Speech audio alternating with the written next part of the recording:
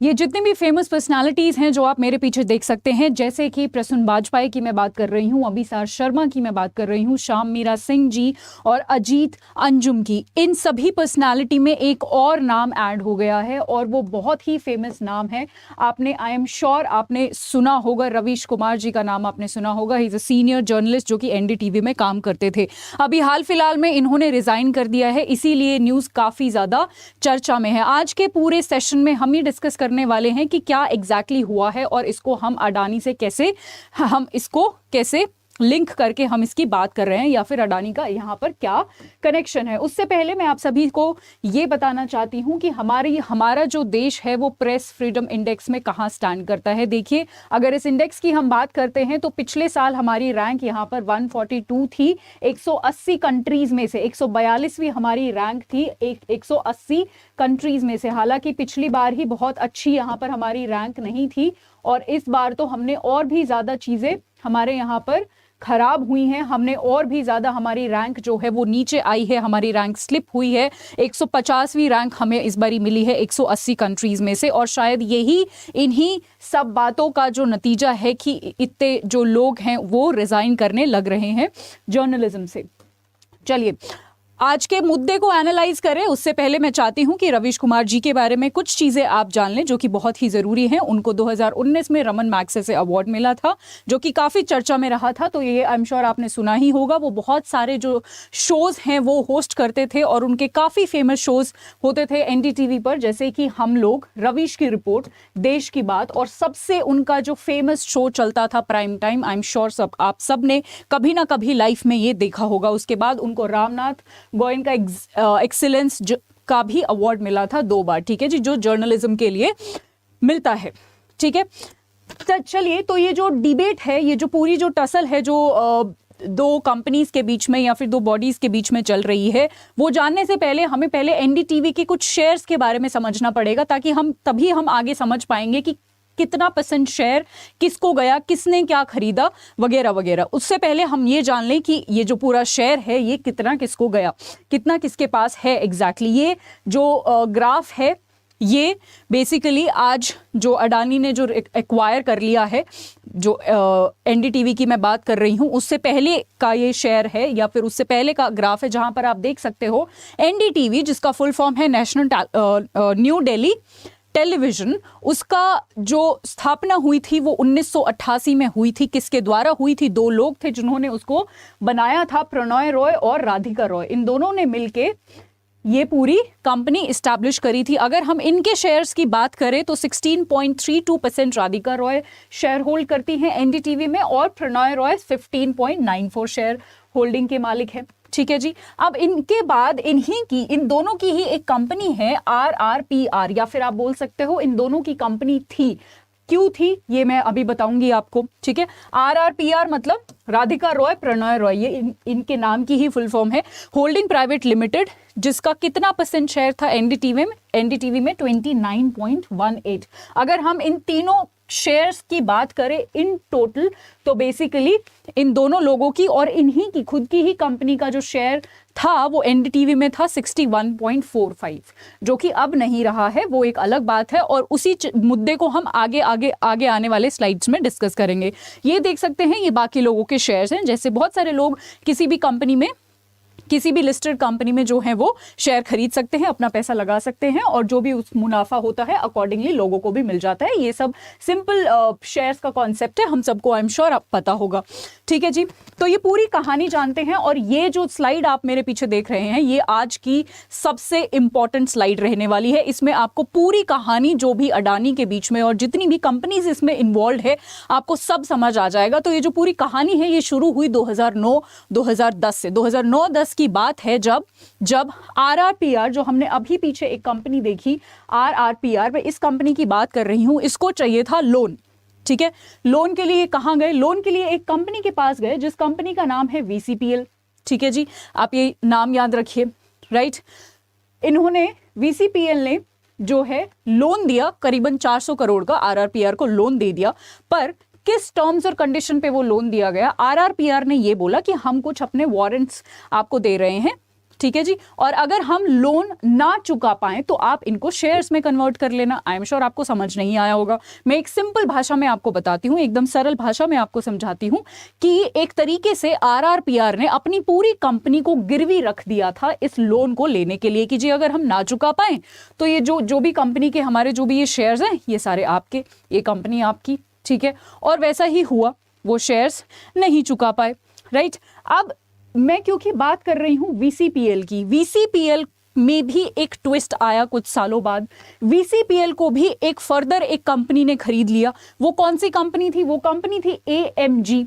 AMG किसका arm है? AMG एक बॉडी है या फिर एएमजी अडानी ग्रुप की ही एक कंपनी है जिसने वीसीपीएल को खरीद लिया। अब आप समझ रहे हो? आप क्या आप ये समझ पा रहे हो? देखिए मैं बात कर रही हूं, वीसीपीएल से लोन लेती है, कौन लोन लेता है? आरआरपीआर, ठीक है। लोन लिया आरआरपीआर ने, राइट। अब ये लोन नहीं चुका पाया तो आइडियली ये कंपनी किसकी हो गई? वीसीपीएल की, क्योंकि यही लोन के टर्म्स एंड कंडीशंस थे कि जी पूरी आपकी ये हो जाएगी। अब इस वीसीपीएल को फर्दर किसने खरीद लिया? किसने खरीद लिया? अडानी की जो एक अडानी ग्रुप की ही एक आर्म है, अडानी ग्रुप की ही एक कंपनी है जिसको हमने अभी देखा, उसने खरीद लिया, ठीक है। तो टेक्निकली अगर हम इनडायरेक्टली देखें तो आरआरपीआर भी किसकी कंपनी हो गई? अडानी की कंपनी हो गई। देखिए ये यहां पर डायरेक्ट रिलेशन नहीं एस्टैब्लिश हम कर रहे हैं, सीधा सीधा नहीं खरीदा इन्होंने, इनडायरेक्ट तरीके से बेसिकली सारा हक जो है वो किसका हो गया है अब? अडानी का, क्योंकि उन्होंने वीसीपीएल को खरीद लिया। वीसीपीएल ने आरआरपीआर को ऑलरेडी, आपको पता है लोन ना चुकाने की वजह से वो ऑलरेडी उसकी हो गई थी, ठीक है जी। और अब अडानी का यहां पर पूरा या फिर आप बोल सकते हो जितना भी परसेंट स्टेक था, कुछ 29% के अराउंड, ये किसका हो गया है? अडानी का। किसमें? आप पूरे अगर एनडीटीवी में बात करें, एनडीटीवी का शेयर मैं आपको ऑलरेडी दिखा चुकी हूं, मैं आपको दोबारा दिखा दूं कि जो एनडीटीवी में शेयर था आरआरपीआर का 29.18% जो शेयर था वो अब किसका हो गया है? अडानी का। अब ये बात है अगस्त की। अब आप पूछोगे कि मैम शायद ये तो अगस्त में हो गया था, पर अभी रिसेंटली क्या हो रहा है और अभी रवीश जी ने क्यों रिजाइन किया है? ये सब तो पहले से चल रहा है।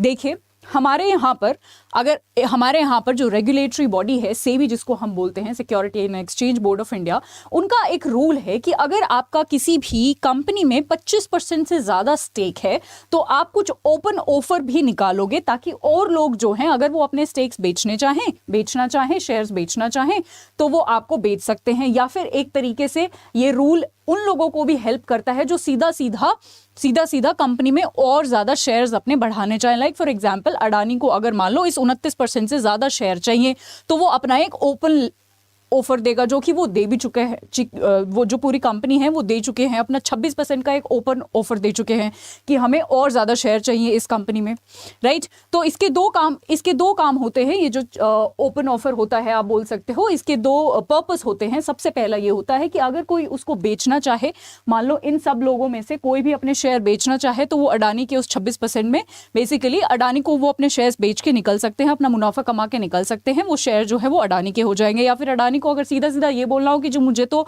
50% से मुझे ये पूरी कंपनी चाहिए, ठीक है, पूरी कंपनी कैसे आएगी जब 50% से ज्यादा शेयर होंगे, तो उसके लिए भी ये जो ओपन ऑफर वाला जो एक तरीका है वो उस तरीके से भी काम करता है। तो ये दो चीजें यहां पर अचीव हो सकती हैं इस ओपन ऑफर के द्वारा। आई होप आपको ये अब समझ आ गया होगा। अब वापस चलते हैं अपनी कहानी पर। यहां तक हम जान चुके हैं, यहां तक हम समझ चुके हैं कि अडानी ने वीपीसीएल को ले लिया, वीपीसीएल ने आरआरपीआर को लिया हुआ था ऑलरेडी, तो इनडायरेक्टली जो आरआरपीआर है वो अडानी की हो गई। और आरआरपीआर किसकी थी? बेसिकली एनडीटीवी वालों की ही थी, एनडीटीवी में उसका स्टेक था तो वो इनडायरेक्टली अब अडानी का स्टेक हो गया, ठीक है। इसीलिए आप ये भी बोल सकते हो, बहुत सारे लोग ये भी ये चर्चा में रहा था कि एनडीटीवी ने तो शायद कभी सोचा भी नहीं था कि ऐसे इतना इनडायरेक्टली अडानी उसको ऐसे एक्वायर कर लेगा, बट ये हुआ है। और अगर मैं शेयर्स की बात करूं तो ये जनवरी 2021 के शेयर्स हैं यहाँ पर, जो आप देख सकते हो जब कहाँ पर थे और जब ये एक्वायर और ये सब चीजें हुई अगस्त में, तो इसके शेयर के प्राइस जो है वो कितने ज्यादा बढ़ गए। ठीक है जी, तो ये है पूरी कहानी। और इसीलिए क्योंकि रवीश जी को शायद जो भी इनके इंटरनल मैटर्स रहे होंगे हम उसमें नहीं जाएंगे, बट हम यहाँ पर शेयर्स की बात कर रहे हैं कि उन्होंने पहले 29 ले लिए थे, अभी 26% की वो और बातें चल रही थी। ठीक है जी, आरआरपीआर से ऑलरेडी, आरआरपीआर को ऑलरेडी खरीद लिया गया था, तो इन दोनों ने आरआरपीआर से ऑलरेडी रिजाइन कर दिया था। देखिए, इन दोनों ने एनडीटीवी से रिजाइन नहीं किया है। ये भी बहुत ज्यादा खबरें आ रही हैं मार्केट में कि प्रणॉय रॉय ने और राधिका रॉय ने एनडीटीवी से रिजाइन कर दिया है। तो एनडीटीवी से नहीं रिजाइन किया है, उनकी जो ये वाली कंपनी थी आरआरपीआर होल्डिंग जो थी उससे रिजाइन किया। रिजाइन करना ही था क्योंकि वो पे नहीं कर पाए। ठीक है जी, चलिए अब आगे बढ़ते हैं। अब शायद आपके मन में ये आ रहा होगा कि इसके इतने सारे बिजनेसेस हैं, एग्जैक्टली जो है अडानी जो है वो एग्जैक्टली क्या उसका एग्जैक्टली बिजनेस है। तो ये ब्लूमबर्ग की रिपोर्ट है जो मैं आपको यहाँ पर बताना चाहती हूँ। ब्लूमबर्ग की एक रिपोर्ट है जो देश के, जो पूरी दुनिया के अमीर, जो सबसे अमीर लोग होते हैं उनकी एक रिपोर्ट निकालता है। यहाँ पर आप देख सकते हो तीसरे नंबर पर गौतम अडानी आता है। ठीक है, जिसका टोटल नेटवर्थ जो है वो है $129 बिलियन। पहले दो पर भी आप देख सकते हो इलॉन मस्क है, 189 बिलियन उसकी टोटल वर्थ है, और बर्नार्ड आर्नोल्ड है $167 बिलियन उसकी टोटल नेटवर्थ है। तीसरे नंबर पर गौतम अडानी आता है। क्या क्या एग्जैक्टली बिजनेसेस हैं या फिर क्या क्या कौन कौन से एग्जैक्टली सेक्टर्स हैं जहां पर गौतम अडानी डील करता है, उनको भी हम देख लेते हैं। तो अगर मैं बात करूं रेन्यूएबल एनर्जी की, रेन्यूएबल पावर जनरेशन, तो वहां पर भी काम करता है। सोलर मैन्युफैक्चरिंग भी आपको पता है रेन्यूएबल का सबसे इंपॉर्टेंट और सबसे ज्यादा जो मार्केट है रेन्यूएबल सोर्सेज की, जब हम बात करते हैं तो सबसे बड़ा मार्केट आज के टाइम में हमारे यहाँ पर सोलर होल्ड करता है। तो सोलर मैन्युफैक्चरिंग में भी इसका रोल है। ठीक है जी, अडानी की जितने भी बहुत सारे आर्म्स है वो सोलर मैन्युफैक्चरिंग भी करते हैं। पावर ट्रांसमिशन और पावर डिस्ट्रीब्यूशन, बिजली का भी ये दोनों ही यहाँ पर काम करते हैं। उसके अलावा गैस डिस्ट्रीब्यूशन और जो थर्मल पावर जनरेशन होती हैं उनमें भी इसका रोल है। इसके अलावा भी ये कुछ एग्जाम्पल्स हैं, कुछ मेजर एग्जाम्पल हैं। इसके अलावा भी बहुत सारे अडानी के बिजनेसेस हैं। ठीक है जी, अब यहाँ पर कुछ बहुत टाइम तक कुछ ऐसी डिबेटेबल चीजें रही थी, तो हम उनको भी एक बारी मैं चाहती हूँ आप जाने और मैं यहाँ पर डिस्कस कर लेती हूँ। एक्चुअली हमारी सरकार को कुछ एयरपोर्ट्स को प्राइवेटाइज करना था। ठीक है, 6 एयरपोर्ट्स को प्राइवेटाइज करना था। उन 6 एयरपोर्ट्स में से 5 एयरपोर्ट्स को, या फिर आप बोल सकते हो, आप यहाँ पर देख सकते हो, उन 6 एयरपोर्ट्स में से 5 एयरपोर्ट्स का जो बेसिकली बिड है वो अडानी ने जीता। उसके साथ साथ एक और रिपोर्ट ये कहती है कि एनटीपीसी, हमारी जो national thermal power plant corporation है, उसने जो है 20 मिलियन टन कोल लाने का ऑर्डर प्लेस किया, बाहर से इंपोर्ट करने का। हमने कोल इंपोर्ट किया, 20 मिलियन टन का इंपोर्ट का ऑर्डर दिया। उसमें से 17.3 मिलियन का जो आप बोल सकते हो बिडिंग है वो अडानी ने जीती। ठीक है, तो ये सारे कुछ चीज़ें हैं जिसके थ्रू बेसिकली मैं आपको ये बताना चाहती थी कि किस किस बिजनेसेस में इन्वॉल्व हैं, क्या क्या बेसिकली चीज़ें हो रही हैं जिससे उसके पास इतने, या फिर आप बोल सकते हो वो उस ब्लूमबर्ग की रिपोर्ट में भी इतना तीसरे नंबर पर है। तो आई होप ये पूरा ही एनालिसिस आपको समझ आया होगा। ये जितने भी रिलेशंस हैं, जितनी भी कंपनियों के लिंक हैं, किस तरीके से शेयर किसको गया, किसके पास क्या है, अभी प्रेजेंट सिचुएशन क्या है, ये सब आपको समझ आई होगी। आज के लिए इतना ही, कल मैं फिर कुछ बर्निंग इश्यूज के साथ आऊंगी। तब तक के लिए stay tuned. Thank you so much.